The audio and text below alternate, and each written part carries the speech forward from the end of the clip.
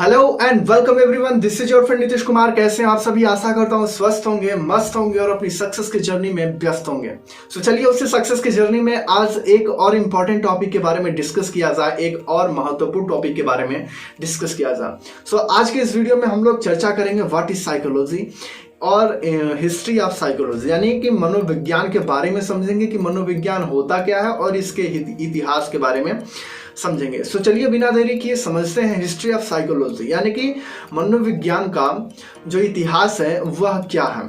So psychology was a branch of philosophy in the pre scientific period, यानी कि जो हमारा साइकोलॉजी यानी मनोविज्ञान था वह फिलॉसफी का एक ब्रांच हुआ करता था, यानी कि फिलॉसफी का एक शाखा हुआ करता था in the pre scientific period, यानी कि प्राक विज्ञान काल के पहले।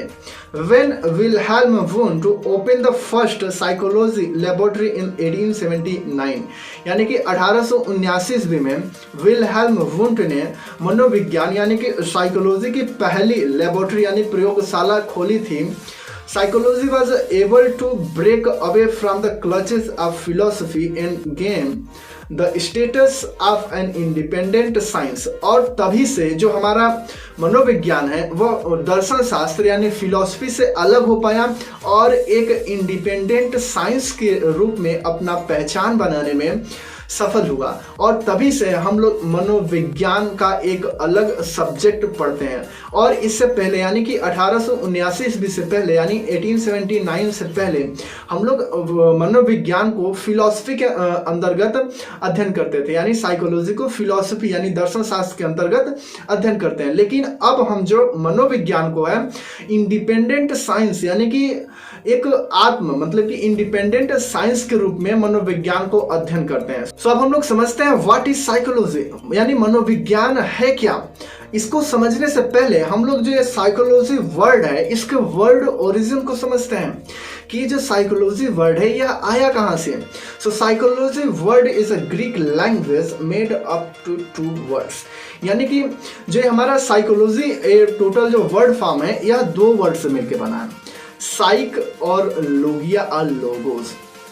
ये 2 वर्ड, पहला वर्ड हो गया साइक और दूसरा वर्ड जो है लोगिया और लोगोस।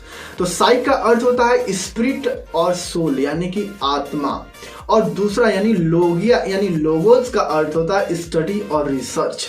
अगर हम इसको कंबाइन करते हैं तो यह वर्ड निकल के आता है साइकोलॉजी।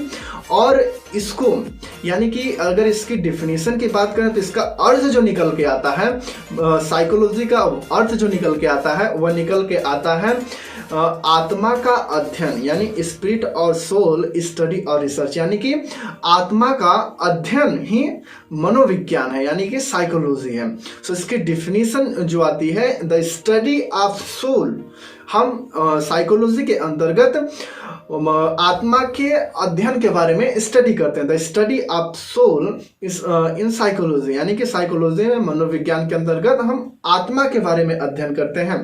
और इसकी डिफिनीशन हम लोग समझते हैं कि psychology is the study of systematically observably behaviour and the mental and physical process within the animal such as thinking feeling. हम जो मनोविज्ञान के अंतर्गत हम लोग स्टडी करते हैं वैज्ञानिक रूप से यानी साइंटिफिक रूप से और सिस्टमैटिक रूप से मानव के व्यवहार और उसके फिजिकल प्रोसेस और मेंटल प्रोसेस के बारे में अध्ययन करते हैं, और जानवरों का भी इसी में अध्ययन करते हैं विद इन द एनिमल्स, यानी कि जैसे कि थिंकिंग हो गया और फीलिंग हो गया ETC, और in their relationship with the phenomena of the environment, और इनका संबंध क्या होता है वातावरण के साथ, और यह कैसे अपने environment के साथ सेटल हो पाते हैं, कैसे अपने रिलेशंस को स्थापित कर पाते हैं और उसके साथ कैसे सर्वाइव करते हैं। यह सारी चीजें हम मनोविज्ञान के अंतर्गत अध्ययन करते हैं। और व्यक्ति अपने environment से कैसे इफेक्टेड होता है, यह सारी चीजों का भी हम लोग अध्ययन करते हैं मनोविज्ञान के अंतर्गत। अब साइकोलॉजी मतलब कि आज के डेट में साइकोलॉजी यानी कि पहले जो था फिलॉसफी का ब्रांच हुआ करता था, दर्शन शास्त्र का विज्ञान हुआ शाखा हुआ करता था, लेकिन जब से साइकोलॉजी इंडिपेंडेंट साइंस के रूप में अपनी पहचान बना पाई तब से द साइंस मतलब कि साइकोलॉजी की डेफिनेशन दिया जाने लगा, the science of behaviour and mental process including both, यानी includes both human behaviour and animal behaviour in mental process. अब यहाँ पे दो वर्ड आ रहा है, मेंटल प्रोसेस एंड बिहेवियर, और एनिमल्स का भी आ रहा है, ह्यूमन का भी आ रहा है। सो हम लोग समझते हैं कि बिहेवियर क्या होता है। So behaviour is the internally coordinated response of whole living organism to internal and external stimulus. यानी कि कोई स्टिमुलस है, बाहरी उत्तेजना है, कोई भी मतलब कि वस्तु है, जब व्यक्ति, यानी कि behaviour is the internally coordinated response.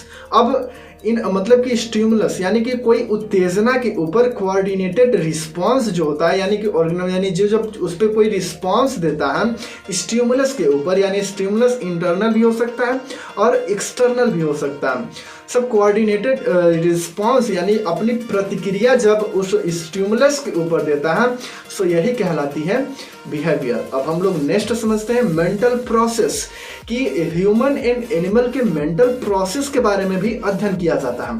अब मनोविज्ञान के अंतर्गत एनिमल्स के बारे में, मतलब कि एनिमल्स का जो अध्ययन किया जाता है, एनिमल्स के मेंटल प्रोसेस का अध्ययन किया जाता है, बिहेवियर का अध्ययन किया जाता है, यह प्रायोगिक रूप से किया जाता है, यानी प्रयोग के दृष्टि से इसका अध्ययन किया जाता है और उसको ह्यूमन पे इंप्लीमेंट किया जाता है। सो मेंटल प्रोसेस के बारे में समझते हैं। हम लोग मेंटल प्रोसेस में मनोविज्ञान के अंतर्गत कौन कौन सी चीजों को समझते हैं। सो प्रिसेप्शन, हम मेमोरी मतलब कि perception, memory, thinking, imagination, will power, motivation, emotion, sensation, attention, learning, यह सारी मानसिक प्रक्रियाएं हैं। और मनोविज्ञान के अंतर्गत, साइकोलॉजी के अंतर्गत हम इन सभी को डीप में स्टडी करते हैं, यानी कि इसको गहराई से अध्ययन करते हैं मनोविज्ञान के अंतर्गत।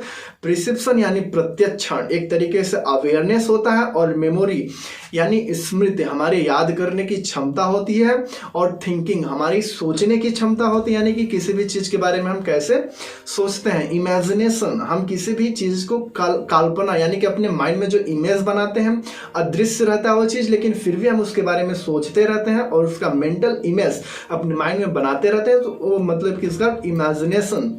और विल पावर यानी इच्छा शक्ति, मोटिवेशन, अभिप्रेरण, यह क्या होता है। इमोशन यानी कि भावना, यानी क्या होता है। सेंसेशन, अटेंशन, लर्निंग, यह सारी प्रक्रियाएं हम लोग मनोविज्ञान के अंतर्गत डीप में स्टडी करते हैं, एक एक करके। सो आज के इस वीडियो में बस इतना ही, और हम लोग नेक्स्ट वीडियो में जो कवर करेंगे, इन्हीं सब टॉपिक को कवर करेंगे कि प्रिसेप्शन क्या होता है, मेमोरी क्या होता है, थिंकिंग क्या होता है, इमेजिनेशन क्या होता है, विल पावर क्या होता है, मोटिवेशन क्या होता है, इमोशन क्या होता है, सेंसेशन क्या होता है, अटेंशन क्या होता है, लर्निंग क्या होता है। इन सभी के बारे में हम लोग डीप में नेक्स्ट वीडियो में कवर करेंगे। सो आज के इस वीडियो में बस इतना ही। अगर आपने इस चैनल को सब्सक्राइब नहीं किया तो अभी तक चैनल को सब्सक्राइब कर दीजिए, वीडियो को लाइक कर दीजिए और दोस्तों के पास शेयर कर दीजिए। धन्यवाद। अपने स्टडी को करते रहिए, अपनी सक्सेस को नेक्स्ट लेवल पे लेके जाते रहिए। कीप साइनिंग गाइस, मिलते हैं अगले वीडियो में। धन्यवाद।